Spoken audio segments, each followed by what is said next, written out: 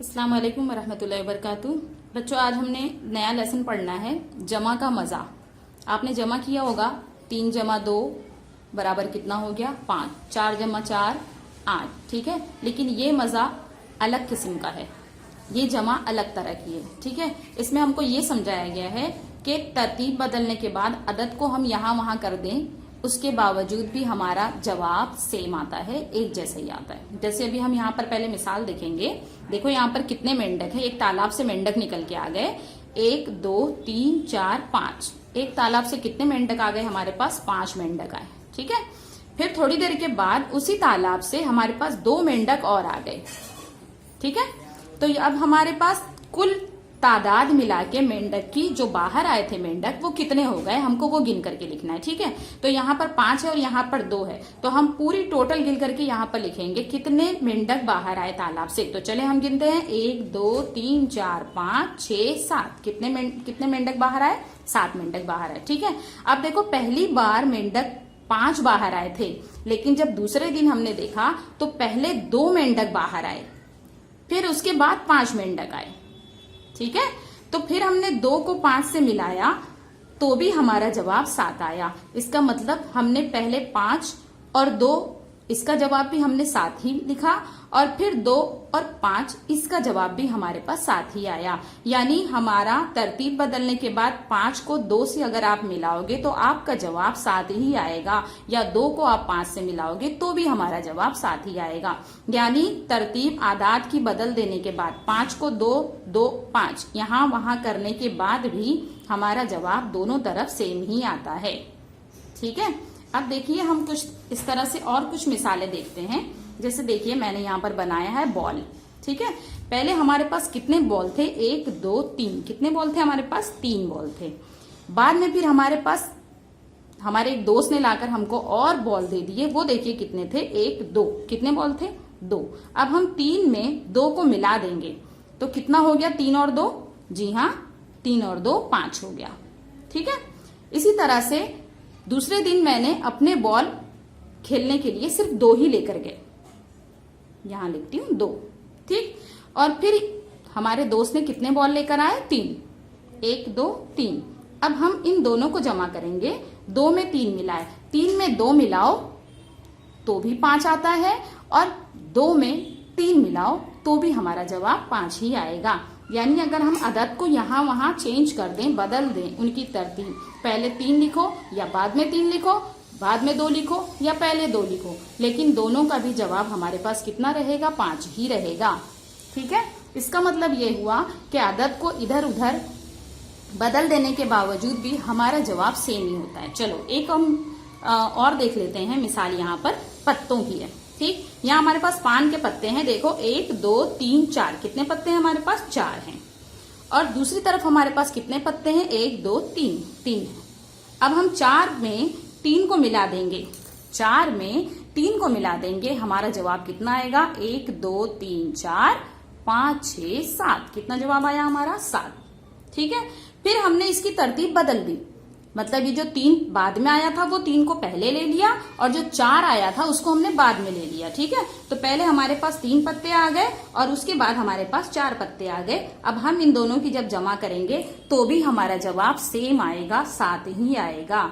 यानी आप 4 को 3 से जमा करो तो भी 7 आएगा, और 3 को 4 से जमा करो तो भी 7 आएगा। अगर आप 3 को 2 से जमा करो तो भी 5 आएगा, और 2 को 3 से जमा करो तो भी 5 आएगा, ठीक है। उम्मीद है मुझे आपको समझ में आएगा। अब हम किताब में दिए हुए कुछ एक्सरसाइज को हल करेंगे। देखिए यहां पर दिया हुआ है 4 जमा 1, और उसी के सामने दिया है 1 जमा 4। अब आप मुझे बताइए, 4 में जब हम 1 मिलाएंगे, 4 में 1 मिलाए, क्या आया हमारा जवाब, जी बिल्कुल ठीक, 5। और जब हम 1 में 4 मिलाएंगे तो भी हमारा जवाब क्या आएगा, जी हाँ बिल्कुल, शाबाश, 5, ठीक। इसी तरह से हमने 5 में 9 मिलाना है। अब देखिए, ये बड़ा आ गया ना नंबर, हमारे पास तो 5 उंगली है, और दूसरे हाथ में हमारे पास 5 ही उंगली है, 9 उंगली तो है नहीं। तो हम क्या करेंगे, बड़ा वाला अदद जो है उसको अपने दिमाग में सोच के रखेंगे, 9, ठीक। 9 सोच के रखेंगे और हम सिर्फ 5 उंगली निकालेंगे। अब हमको 9 के आगे से गिनना है, 9 को हम छोड़ देंगे। 9 के बाद क्या आता है? 9 के बाद आता है 10, 11, 12, 13, 14। 9 के बाद हम गिनेंगे। फिर से एक बार मैं आपको समझा दूं, जब कभी बड़े अदद का नंबर आएगा और हम उंगली पर नहीं गिन सकते क्योंकि हमारे पास सिर्फ 10 ही उंगलियां हैं, ठीक है, तो हम क्या करेंगे, बड़ा वाला नंबर अपने दिमाग में बिठा लेंगे और बड़े वाले नंबर के बाद जो छोटा नंबर होगा, जो छोटा अदद होगा, उसको हम अपनी उंगली पे निकालेंगे और बड़ा वाला जहां पर लिखा हुआ है यहाँ पर 9, तो हम 9 के आगे से गिनेंगे। 9 तक हम छोड़ देंगे, 9 के बाद हमको गिनना है। 9 के बाद क्या आता है? 10, 11, 12, 13, 14। कितना जवाब आएगा हमारा? 14। इसी तरह से जब हम इसकी तरतीब देखो सामने बदल दिए, नजर आया आपको? यहाँ पहले 5 था, फिर 9 है, और यहाँ पर पहले 9 है, फिर 5 है, तो भी इसका जवाब सेम वही आएगा जो हमने पहले 14 लिखा है, बाद में भी 14 ही आएगा। आपको 14 ही लिखना है, ठीक है। इसी तरह से देखिए 3 में 7 को मिलाना है। अब देखो 7 बड़ा नंबर है, 3 छोटा नंबर है, तो हम सिर्फ 3 उंगली निकालेंगे और 7 के बाद से गिनेंगे। सिर्फ 3 उंगली निकालो, 7 के बाद से गिनो। 7 के बाद क्या आता है? 8, 9, 10। Very good, 10। तो इसी तरह से जब हम 7 में भी 3 मिलाएंगे तो भी हमारा जवाब क्या आएगा? शाबाश, 10 आएगा। ठीक, इसी तरह से ये जो बात का जो है, ये मैं आपको घर काम के लिए दे रही हूँ, होमवर्क के लिए, ये आप करोगे। और इसके अलावा मेरे पास ये वर्कशीट भी है, इसका भी फोटो आप ले लीजिए और इसको भी आपको मुझे हल करके देना है। देखिए यहाँ पर 6 में हमने 3 मिलाना है और फिर 3 में 6 मिलाना है। दोनों का जवाब सेम आएगा, इसलिए मैंने सिर्फ एक दायरा बनाया है। ठीक, तो आपको दोनों का जवाब इसमें लिखना है। जैसे अभी यहाँ पर 6 है, 6 अदद बड़ा है, तो हमको कितनी उंगलियां निकालनी पड़ेगी? जी हाँ, बिल्कुल 3 उंगली हम निकालेंगे। कितनी उंगली निकालोगे? 3 उंगली निकालोगे, ठीक है। और 6 के बाद हमको गिनना है। 6 के बाद क्या आता है? 7, 8, 9।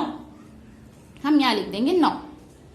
और यहाँ पर देखिए, यहाँ पर भी 3 और 6 है, तो हम इसको भी एक बार करके देखते हैं। 6 को अपने माइंड में बिठाइए, अपने दिमाग में बिठाइए और 3 उंगली बाहर निकालिए। 6 के बाद गिनिए 7, 8, 9, यानी हमारा अगर हमने 3 में 6 को जमा किया तो भी हमारा जवाब 9 आएगा, और जब हमने 6 में 3 को जमा किया तो भी हमारा जवाब 9 आएगा, ठीक है। इसके बाद हम एक नंबर और करते हैं, ये लास्ट वाला जरा बड़ा है इसलिए मैं आपको करके बताती हूँ, ठीक है। बाकी आपको तीनों करना है। देखिए यहाँ पर 7 में हमको 5 को जमा करना है या 5 में 7 को जमा करना है। दोनों में जो बड़ा नंबर है हम उस नंबर को अपने दिमाग में सोचेंगे। कितना नंबर है वो?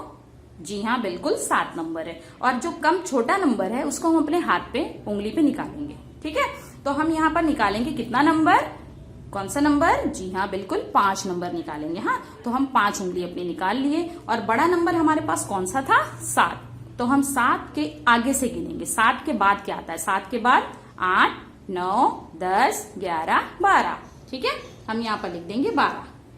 अब देखिए 5 में भी अगर हमको 7 को मिलाना है तो भी हमारा नंबर 12 ही आएगा। यानी इस बात को ध्यान में रखिए, दिमाग में अपने बिठा लीजिए कि जब हम सवाल कोई सा भी हो हमारे सामने, उसको हम अगर इधर उधर पलट देते हैं, एक ही सवाल, एक ही तरह का सवाल, जैसे 4 में 2 मिलाना या 2 में 4 मिलाओ, दोनों का जवाब सेम आएगा, एक ही जैसा आएगा। अददों की तरतीब बदलने के बावजूद भी, यहाँ देखो लिखा है, तरतीब बदलने के बावजूद जमा में तब्दीली नहीं होती, यानी हमारा जवाब सेम ही आता है। अगर आप जमा करोगे तो आपका जवाब सेम आएगा, ठीक है। तो आप मुझे ये इतना और ये वाला होमवर्क मुझे करके, आप वर्कशीट कंप्लीट करके आप मुझे उसका फोटो भेजिए। चलिए, अल्लाह हाफिज।